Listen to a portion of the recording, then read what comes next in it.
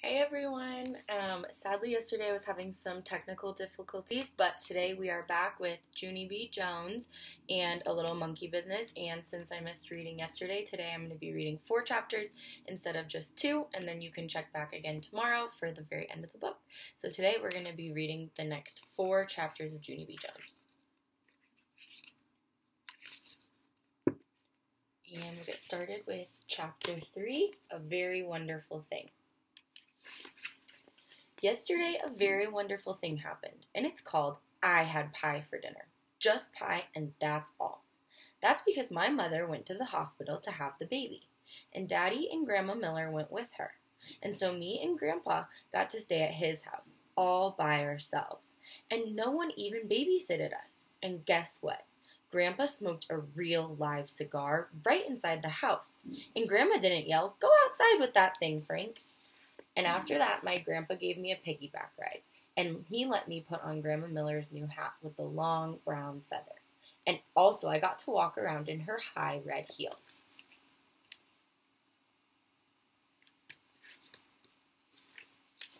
Only then I fell down in the kitchen, and so I quick took them off. "Hey, I could crack my head open in these dumb things," I said very loud. After that, I opened up the refrigerator, because I was hungry from playing. That's why.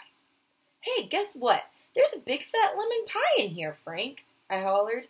And so then Grandpa Miller got 2 plates down, and then me and him ate the big fat lemon pie for our dinner. Just pie, and that's all. And we're not even going to get in trouble, because we're not going to tell Grandma. We're going to tell her that her cat ate it. And here's another very fun thing. I got to sleep in Grandpa Miller's guest room. First, I put on my PJs with the feet in them. Then, my grandpa watched me brush my new front tooth, and he tucked me into the big guest bed. "Sweet dreams, Junie B," he said, except for then I got a little bit of scared in me. "Yeah, only guess what, Grandpa," I said.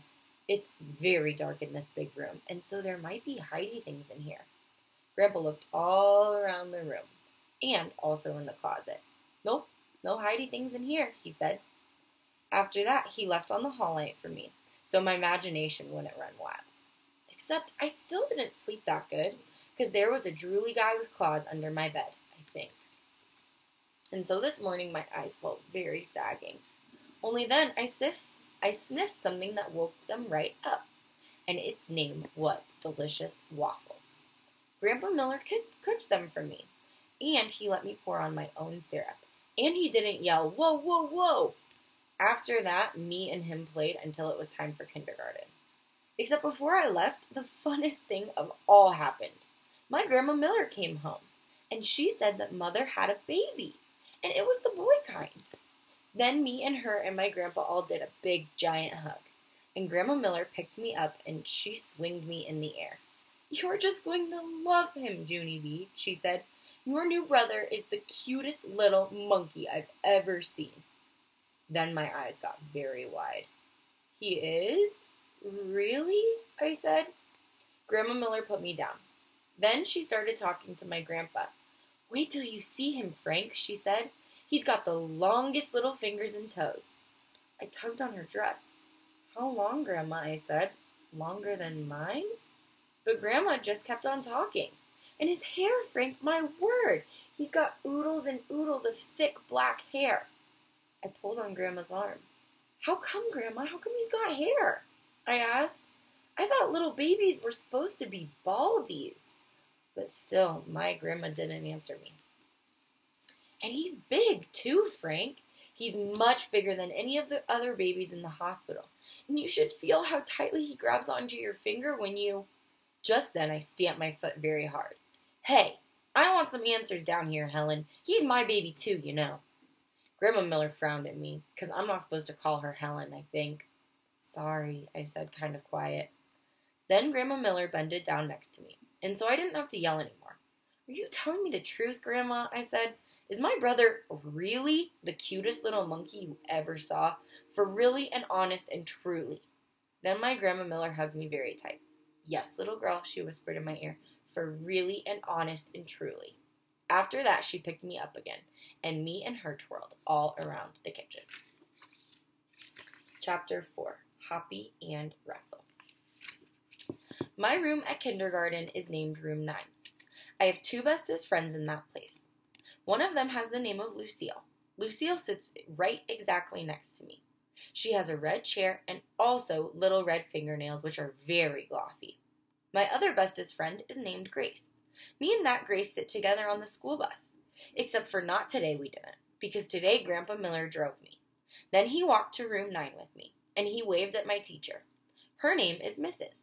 She has another name too, but I just like Mrs., and that's all.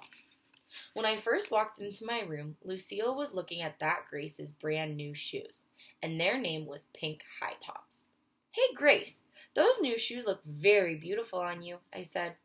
But that dumb Grace didn't even say thank you to me. "Grace is angry at you," said Lucille. "She said that she rode the bus today, and you weren't even there to save her a seat, and she had to sit next to an icky kid. Right, Grace?" Grace bobbed her head up and down. "Yes, only I couldn't help it, Grace," I said. "That's because I stayed at my Grandpa Miller's all night, and there's no bus at that place, and so he had to drive me here today." Then I tried to hold back Grace's hand, only she pulled it away quick. "That's not very nice of you, Grace," I said. "And so guess what? Now I'm not going to tell you my special secret." And that's when that Grace called me a poopy head. Lucille had held my hand. "I don't think you're a poopy head, Junie B," she said. "And so you can tell me your special secret, and I won't tell anybody, not even Grace." That's when Grace kicked Lucille in the leg. And so Lucille pushed her down, and Mrs. had to come pull them off of each other. I raised my hand very polite. "I wasn't involved," I said to Mrs.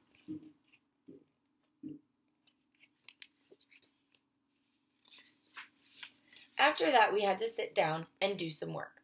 It was called printing our numbers, only I couldn't do mine that good, because Lucille kept on talking to me, that's why.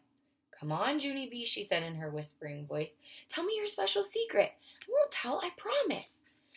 "Yes, only I can't, Lucille," I said, "'cause no talking to your neighbor, remember?" Then Mrs. snapped her finger at me. "See, Lucille, I told you no talking to your neighbor," I hollered. "Now I got snapped at." Just then, a boy named Jim said, "Shh," to me. "Shh yourself, you big fat Jim," I said back. After that, Mrs. stood next to me till I finished my work. Then I got all done and she collected it. That made me happy inside, because guess what comes after work? Something very fun. That's what. And its name is show and tell. Mrs. stood next to her desk. "Who has something interesting to share with the class today?" she said. Then my heart got very pumpy, because I had the most special secret in the whole wide world. I raised my hand way high in the air. "Ooh, ooh, ooh," I hollered real loud. "Me, me, me, me." Mrs. shook her head at me, because I'm not supposed to go, "Ooh, ooh, me, me, me." She called on William. He is a crybaby boy in my class. "William," said Mrs., "since you raised your hand so politely, you may go first." And so William carried a paper bag to the front of the room, and he took out a jar of 2 dead crickets. Except for William didn't know they were dead. He just thought they were sleeping. "Jump, Hoppy! Jump, Russell!" said William. Then he tapped on the glass. "Hey, wake up in there," he said. After that, William started shaking the jar all over the place, and he wouldn't stop. "Wake up, I said," he shouted. And Hoppy and Russell started falling all apart, and Mrs. had to take the jar away.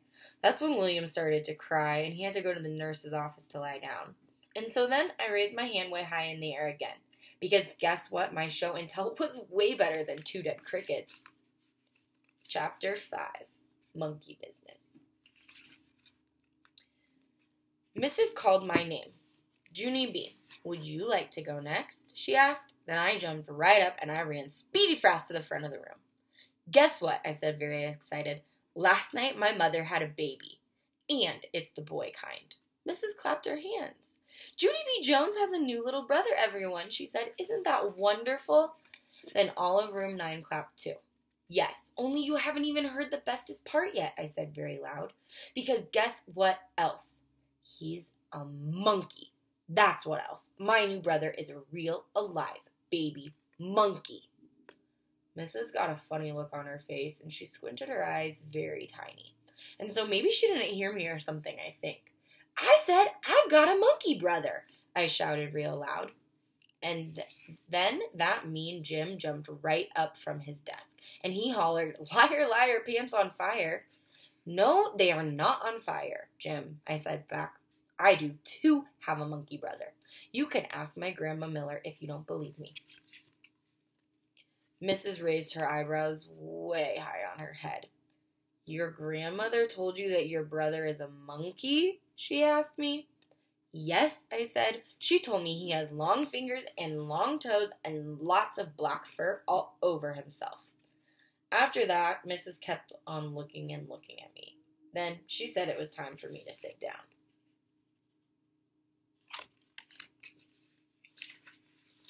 Yeah, only I'm not done telling the children about my monkey brother yet, I explained.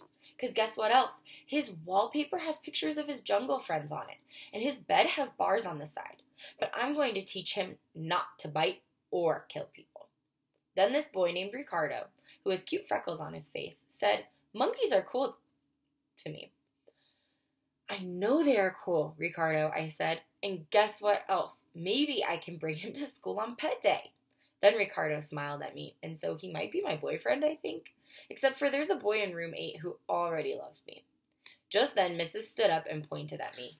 That's enough, Junie B., she said. I want you to sit down now.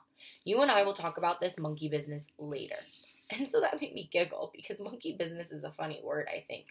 Then I waved goodbye to my new boyfriend, Ricardo, and I skipped back to my seat. Chapter 6, Bestest Friends. Recess is my best subject.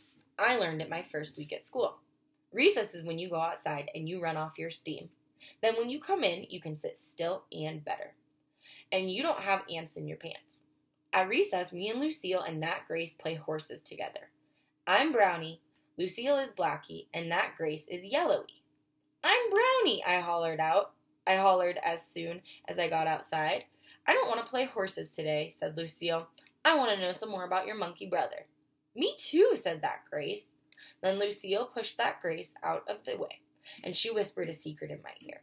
If you let me be the first one to see him, I'll let you wear my new locket, she said. Yeah, only guess what, Lucille, I said. I don't even know what a dumb locket is. And so then Lucille showed me her locket. It was a little gold heart on a chain. Isn't it beauteous, she said. My Nana gave it to me for my birthday. Then she opened up the little heart, and there was a little bitty picture inside of that thing. Hey, there's a teeny head in there, I said, very excited. I know, said Lucille. That's my Nana. See her? I squinted very hard at the little picture. Your Nana is a shrimpy, Lucille, I said. After that, Lucille closed the locket, and she gave it to me. Now, I'm your best friend, right, Junie B., she said, and so I can be the first one to see your monkey brother. Just then, that Grace stomped her foot very hard. No, you cannot, Lucille, she hollered. I'm her best friend, because me and her ride the bus together, and so I get to see her monkey brother first. Right, Junie B? Right? Right? I made my shoulders go up and down. I don't know, Grace, I said, because Lucille just gave me this locket with the teeny Nana, and so I think that means she gets to go first, I think. That Grace stomped her foot again. She made a mad face at me. Hooey, she said. Except for just then I got a great idea. Hey, guess what, Grace? I said, very excited. Since Lucille gave me something beautiful, now you can give me something beautiful too. And so that would be very fair of me, I think. Then that Grace started smiling, and she took off her sparkly new ring. Here, she said, I got it out of a cereal box this morning. See how shiny the stone is? That's because it's a real, genuine, fake plastic diamond. Then she put some breath on it, and she shined it on her sleeve for me. Ooh, I said, I love this thing, Grace. I know, she said, and so now I get to see your monkey brother first. Right, Junie B? Right? After that, I had to think a little bit. Yeah, only here's the trouble, Grace, I said. Now I have one thing from you and one thing from Lucille, and so it's a tie. So then Lucille quick took off her red sweater with the Scotty dog on it, and she tied it around my waist. Here, she said, now I've given you two things, and so I'm still the winner. Oh, no, you're not, hollered that Grace, because I'm going to give Junie B my snack ticket for today, and so she can have my cookie and milk. Excellent idea, Grace, I said. Then me and her did a high five.